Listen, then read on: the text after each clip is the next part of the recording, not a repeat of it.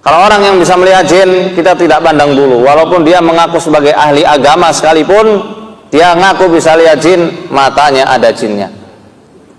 Bahkan Imam Asy-Syafi'i mengatakan, man za'ama annahu ra'ahum ruddat syahadatuhu wa uzira li mukhalafatihil Qur'an.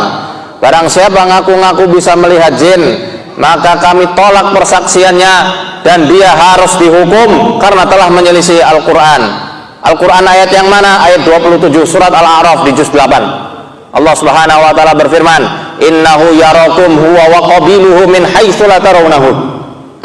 Sesungguhnya iblis dan kabilah-kabilahnya dari bangsa jin melihat kalian dari tempat yang kalian itu tidak bisa melihat mereka. Bisa ngaku-ngaku melihat jin, kamu ini yang ngintil adalah kuntilanak, gondoruwo, pocong, babi ngepet dan lain-lainnya, sudah itu orang kesetanan, tidak usah dipercaya. Pernah ada di sini tiba-tiba datang, kamu tuh ada yang ngikutin, bilang aja di matamu ada setannya, harus diruqyah. Yang diruqyah kamu, bukan saya. Yang kedua, ada praktek-praktek penerawangan, ini juga tidak dibenarkan, bahkan disanggah juga oleh para ulama-ulama, termasuk ulama sufi. Syekh Abdul Wahab Asy'arani, penghulunya ulama sufi dari Mesir pada zamannya. Beliau mengatakan dalam kitab Al-Minnah Husaniyah cetakan Al-Harumain halaman 18. Beliau mengatakan, "Wa man kushifa lahu amma yaf'aluhu an-nasu fi qu'uri buyutihim, fa huwa kashfun syaitaniyun, fayajibu alaihi taubatu minhu fawran." Siapa yang bisa melihat apa yang dilakukan oleh orang-orang di celah-celah rumahnya, maka itu adalah penerawangan yang timbul dari setan dan wajib bagi dia bertobat saat itu juga. Ketiga, dalam praktek ruqyah syar'iyyah tidak ada praktek-praktek untuk menangkap jin ke dalam botol.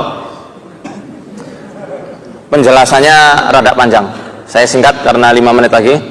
Yang keempat, tidak ada praktek-praktek mediumisasi, menangkap jin kepada orang yang nggak tahu apa-apa, dimasukkan jinnya. Kalau dalam Shaman King tuh yo ikatai, Amidamaru masuk. Nah, itu tidak ada dalam ruqyah syar'iyyah. Kalau semacam itu ya nggak ada bedanya sama dukun-dukun.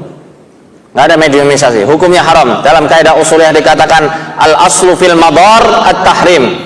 Hukum pokok dari sesuatu yang membawa madarat hukumnya haram. Kaidah usuliyah.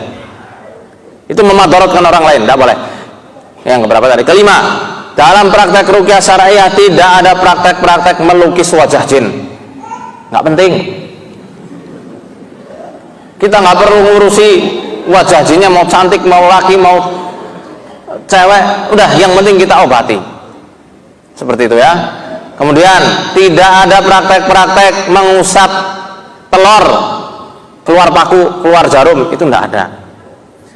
Mentransfer penyakit ke kambing, kalau penyakitnya asam urat ditransfer ke kambing, kasihan tiap hari makan rumput, asam uratnya bisa makin kambuh gitu.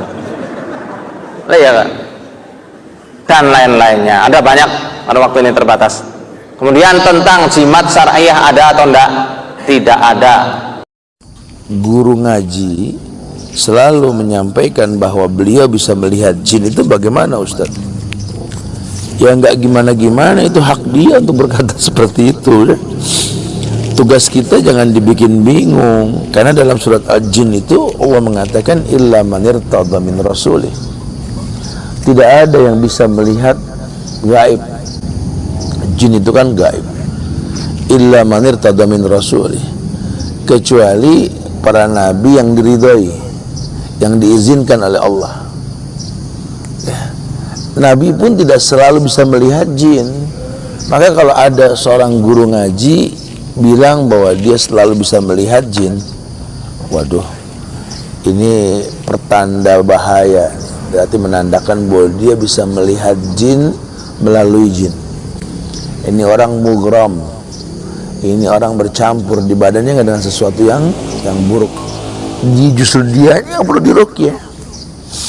Dia yang perlu diruqyah. Kenapa? Karena hukum asal manusia nggak bisa melihat yang gaib. Yas'alunaka 'anir ruh, qulir ruh min amri rabb. Mereka bertanya tentang ruh. Ruh kan gaib. Ruh urusan Allah. Nggak ada yang tahu. Jadi jangan percaya kalau guru ngaji bisa seperti itu. Kalaupun betul memang dia bisa melihat, tadi dia dibilang mughram. Orang yang Nabi katakan ini kesurupan jin, atau melalui jin dia bisa melihat jin yang